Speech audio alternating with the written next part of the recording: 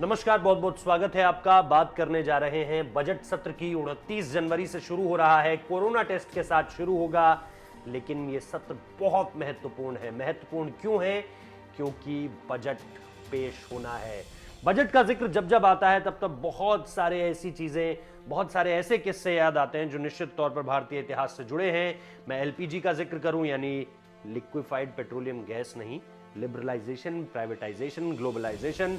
मनमोहन सिंह जब इस बजट को ला रहे थे तो निश्चित तौर पर चंद्रशेखर ने संसद के पटल पर हल्ला मचा दिया था कि आखिर ये कर क्या रहे हो, और ये एक ऐसी स्थिति होगी जहां फिर एक ईस्ट इंडिया कंपनी आएगी और आपको दशकों के लिए नहीं बल्कि सदियों के लिए गुलाम बना देगी। उस वक्त पे हमारे देश के प्रधानमंत्री हुआ करते थे पीवी नरसिम्हा राव, और पीवी नरसिम्हा राव को बाकायदा चंद्रशेखर ने यह कह दिया कि जिस छुरी से, जो छुरी हमने तुम्हें सब्जी काटने के लिए दी थी, उसका इस्तेमाल तुम ऑपरेशन करने के लिए करने लगे हो। यानी निश्चित तौर पर हमने सिर्फ मनमोहन सिंह को एक सलाहकार बनाकर भेजा था, तुम कहां उन्हें वित्त मंत्री बना दिए हो। यह सीधे सीधे चंद्रशेखर की इस बात का मतलब था। लेकिन इसके बाद कई सारे ऐसे बजट जिसको लेकर के पी चिदम्बरम के एक बजट का बहुत जिक्र होता है, यशवंत सिन्हा के एक बजट का बहुत जिक्र होता है जो कि अच्छे बजट से खुश भारत के, और इसके बाद एक बजट का और जिक्र होता है,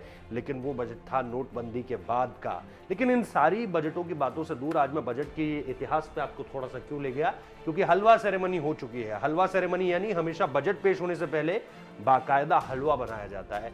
हलवा खाते हैं वित्त मंत्री भी, वित्त राज्य मंत्री अनुराग ठाकुर भी हलवा खा रहे थे, वित्त मंत्री निर्मला सीतारमण भी हलवा खा रही थी, और जो भी तमाम वो लोग हैं ब्यूरोक्रेट्स के लेवल पे, वो भी हलवा खा रहे थे। लेकिन हलवा खाने के बाद जो सबसे बड़ा सवाल है, इस बार का बजट कैसा होगा, क्योंकि भारत उस महामारी के बाद सामने निकलकर यह बजट पेश करेगा जिसने पूरी दुनिया की आर्थिक तौर पर तो कमर तोड़ ही दी है।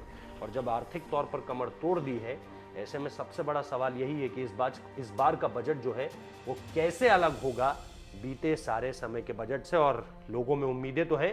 लोगों को क्या मतलब, बहुत ज्यादा इस बात से तो फर्क नहीं पड़ता कि कोरोना था, ये था, हमारी अर्थतंत्र ने इस बार उस तरह का विकास नहीं किया है जैसा हर साल होता था, जीडीपी रिकॉर्ड लो पर चली गई थी। तो ये सारी की सारी बातें, लेकिन फिर भी देखते हैं, इंतजार कीजिए 1 फरवरी का, और मजा आएगा इस बार का बजट देखकर। मजा इसलिए कह रहा हूं क्योंकि बहुत ज्यादा इंटरेस्टिंग होने वाला है कि सरकार किन तरह की चीजों को तरजीह देती है। डिफेंस पे किस तरह का खर्चा किया जाएगा, एजुकेशन पे, इंफ्रास्ट्रक्चर पे, हॉस्पिटैलिटी को किस तरह की क्या कुछ नई चीजें दी जाएंगी। बहुत सारे सवाल है। फिलहाल इस वीडियो को यहीं रोकता हूं। बहुत बहुत शुक्रिया।